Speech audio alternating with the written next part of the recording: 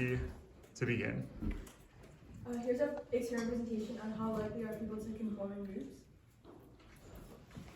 So first we have our introduction.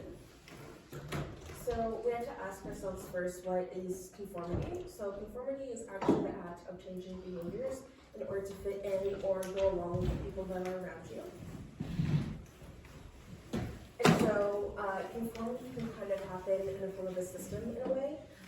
So conformity always starts with an action that is followed by an adjustment of behavior, which then comes with adjustment of judgment and opinion.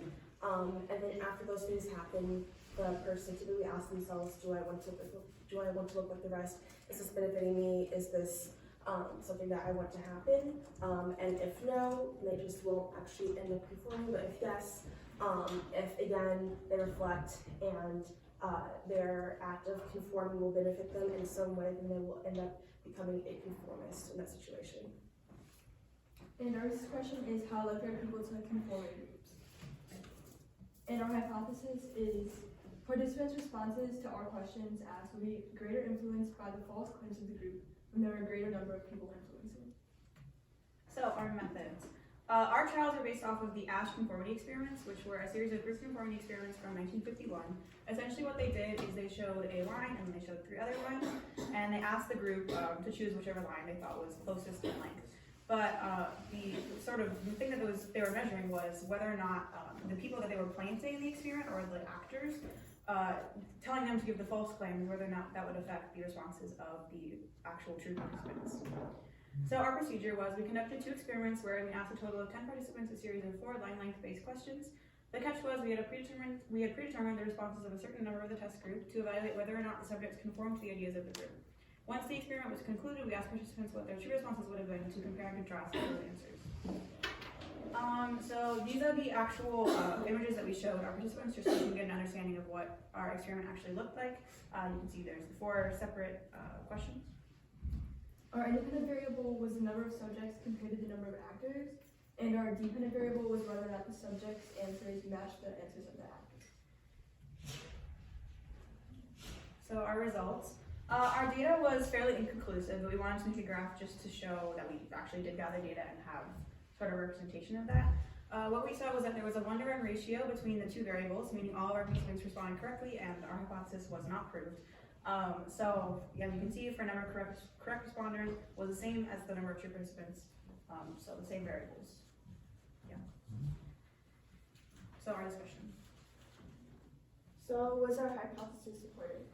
As we were unable to acquire data for groups for 1 and 2 true participants, the data is neither in our favor or against it, and we can always investigate this further.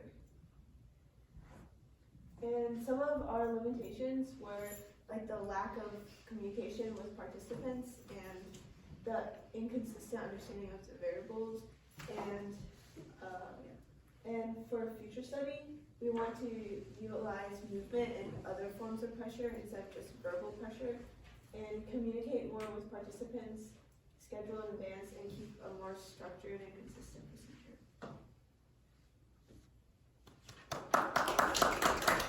All right, questions for the conformity group. Questions for the conformity group. So for the limitation, when you say communication amongst the participants, are you talking about your communication or their communication amongst each other? Yeah, so basically one of the issues that we ran into was the people that we had asked to participate in the experiment as actors didn't fully understand because of a lack of communication on our part, and that ended up just being a complication of we didn't have the correct amount of people who were not informed. It was a greater number because the people that we wanted to know what was going on didn't. So having that greater amount of communication, just making sure all our participants that we're putting in the experiment know what they're supposed to do is something that we could definitely have done better. Can you go to the graph that you guys have? Yes. So are you saying that you were not trying to have a group of 3 ever, or what? No, we wanted to start 1, 2, 3 and increase so that we could see where the threshold was of no longer conforming and kind of forming their own group. This is not correct. But we ended up having 2 and 3 instead of 1 or 2 or more than that. So. So did you discount an entire sample, or did just the number of people not line up with what you wanted? Yeah, it was just the actual number of people. Like we wanted like 2 people, but one person wasn't informed and didn't understand, so it would end up actually being 3. Okay.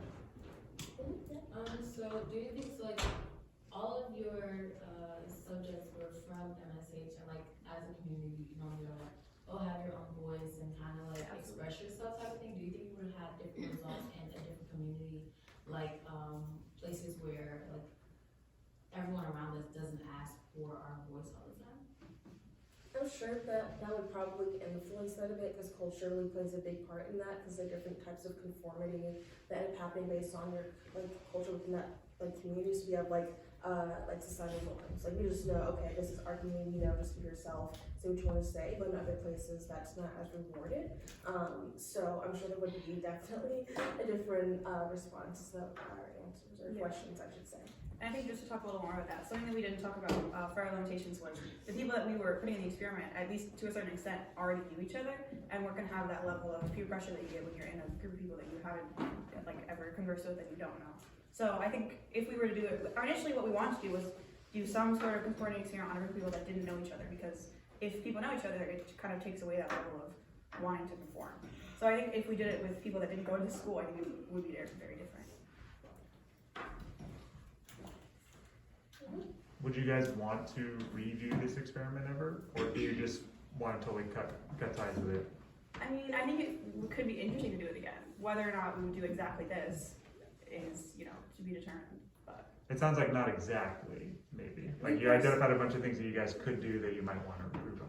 Me personally, I would love to do this again. I just, like, with all of our, looking at our methods and things that we could have done differently, definitely applying those. But I would love to do this again. Yeah. Cool. Any other questions for the conformity group? All right, guys, thank you very much.